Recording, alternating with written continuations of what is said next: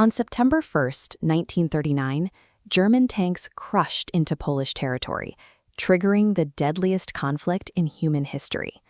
The fuse for this global fire had been lit exactly 2 decades earlier. Rewind to November 1918.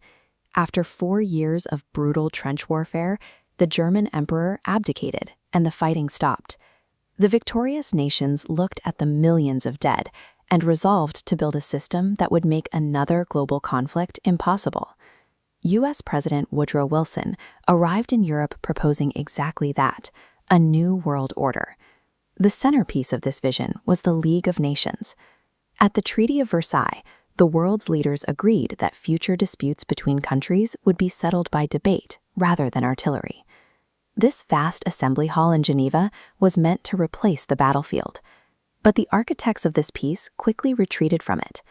The U.S. Congress refused to join the League, withdrawing into isolated economic prosperity. Meanwhile, Britain and France, heavily traumatized by a lost generation of young men, slashed their military budgets and adopted strictly defensive postures.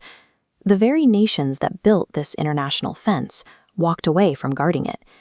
They left a fragile global system completely dependent on an honor code, with no unified military force to enforce the rules.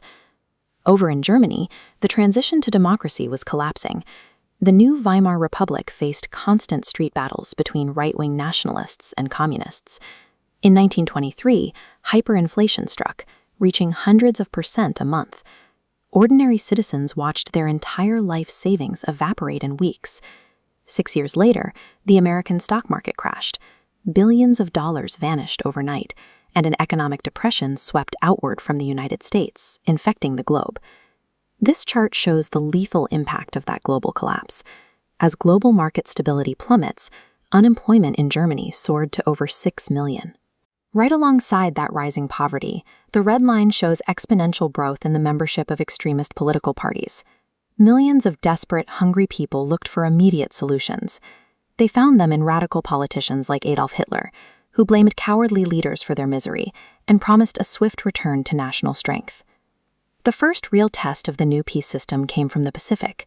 Japan's population was exploding, and its rapidly expanding industries lacked natural resources. In 1931, heavily equipped Japanese forces marched into the resource-rich Chinese region of Manchuria, seizing the capital and setting up a puppet state.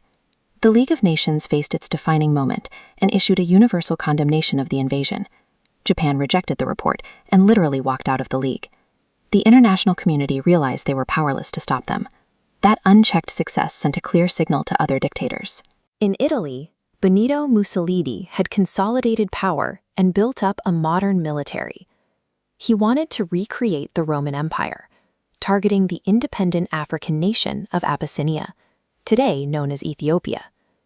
In late 1935, Italian forces poured over the border. The primitive Abyssinian defenses stood little chance. Mussolini's troops arrived with overwhelming logistical superiority, artillery, tanks, and a modern air force that routinely dropped poison gas, a weapon explicitly outlawed at Versailles.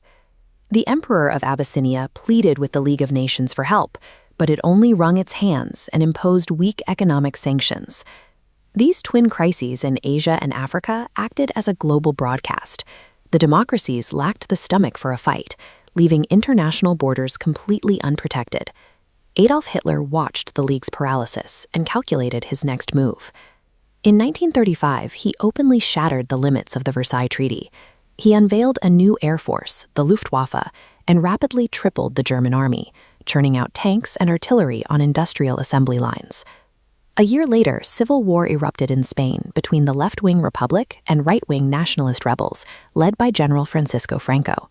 Terrified of sparking another European conflict, Britain and France declared a strict policy of non-intervention, refusing to aid the Spanish government. Hitler and Mussolini cynically signed that same non-intervention pact, and then immediately poured troops, tanks, and bomber squadrons into Spain to help Franco.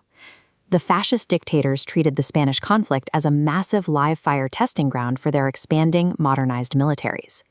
The results of this testing were horrific. German and Italian aircraft deliberately targeted civilian populations to break the Republic's morale. In April 1937, the Basque town of Guernica was virtually obliterated from the air, leaving thousands dead and introducing the world to modern aerial warfare. The Spanish Civil War taught Hitler and Mussolini a terrifying lesson.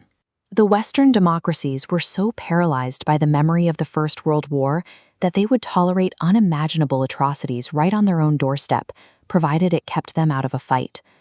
Having tested his weapons and his rivals' nerves, Hitler turned his attention to his neighbors. In 1938, after a bloodless annexation of his native Austria, he demanded the Sudetenland, the heavily fortified German-speaking northwest region of Czechoslovakia. In September 1938, Britain and France signed the Munich Agreement, handing the Sudetenland to Germany for a written promise of peace. Notice who is missing from this photograph. Czechoslovakia's leaders weren't allowed in the room while powers gave their territory away. Hitler executed a stunning diplomatic checkmate. Setting his sights on Poland, he signed a non-aggression pact with his ideological enemy, Soviet Russia. This included a secret agreement to simultaneously crush and divide Poland between them. Finally, Britain and France drew a firm line, warning they'd declare war if Poland was attacked. But Hitler had spent years watching them back down. He no longer believed them. On September 1, 1939, German forces surged across the Polish frontier. The global fire had returned to Europe. The tragic collapse of the interwar years proved that peace is never self-sustaining. When the architects of a global order become too traumatized, distracted, or afraid to enforce its boundaries, that vacuum inevitably births a gathering storm.